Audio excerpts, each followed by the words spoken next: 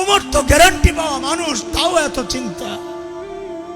আমাকে কে গ্যারান্টি দিছে যে আমি জাহান্নাম থেকে বাইচা যাব? ওমরের আখিরাতের এত ফিকির। আবু বকর এত বড় মানুষ, আখিরাতের এত ফিকির। সাইয়েদনা আবু বকর নির্জনে দূরে চলে যেতেন, চিৎকার করে করে কাঁদতেন আর বলতেন, ইবনে আবি কুহাফা, ও আবু কুহাফার বেটা, তুই মানুষ কেন হইলি রে? তুই মানুষ কেন হইলি? এখন আল্লাহর সামনে কি জবাব দিবি? কেমনি হিসাব দিবি? গাছের দিকে তাকায়া তাকায়া সাইয়েদনা আবু বকর চিৎকার করে করে কাঁদতেন আর বলতেন, ইয়া লাইতানি কুনতু ওয়ারাকা, আমি মানুষ না হইয়া যদি গাছের পাতা হইতাম তো আল্লাহর সামনে আমার হিসাব দেওয়া লাগতো না। ওমর এত বড় মানুষ হয়ে আখিরাতের এত ফিকির, আবু বকর এত বড় মানুষ হয়ে আখিরাতের এত ফিকির। আরে দোস্ত, ওই ফিকির তো হওয়া দরকার ছিল আমার মতো গুনাহগারের, অথচ আমার কোনো ফিকির নাই। কেন রে ভাই?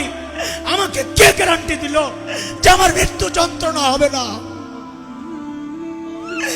আরে ওমর তো গ্যারান্টি পাইছে, ওমর ফিল জান্নাহ, ওমর জান্নাতি। আবু বকর তো গ্যারান্টি পাইছে, আবু বকর জান্নাতি। আমাকে আপনাকে কে গ্যারান্টি দিল যে আমাদের কবরের আযাব হবে? কে গ্যারান্টি দিল বলেন? আবু বকর তো গ্যারান্টি পাওয়া মানুষ, তাও এত চিন্তা।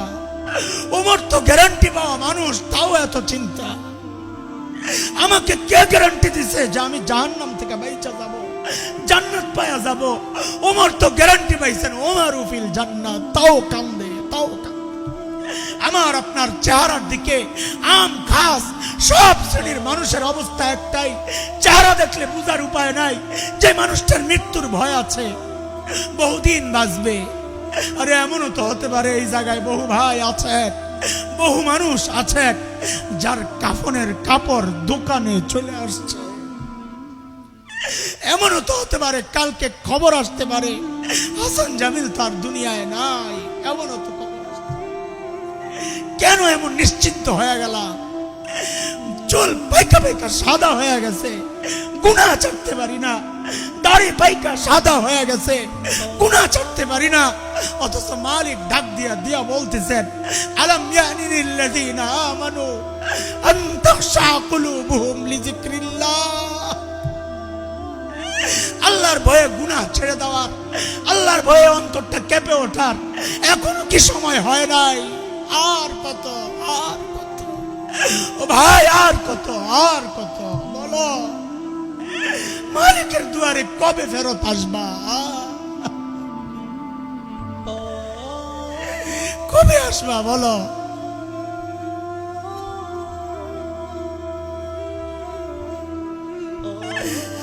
আল্লাহ মাফ করে দাও, আল্লাহ মাফ করে দাও।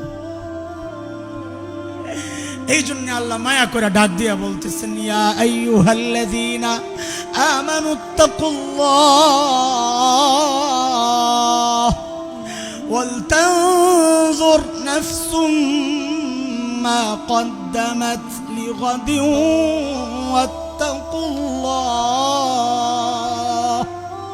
প্রত্যেকটা মানুষের উচিত আখিরাত নিয়ে চিন্তা করা যে আমার মালিকের সামনে আমি কি নিয়ে দাঁড়াবো, আমার পুঁজি কি, আমার কামাই কি, আমার সম্বল কি। আল্লাহ আমাদের সবাইকে আখিরাতের পুঁজি সমৃদ্ধ করার তৌফিক দান করেন। আমি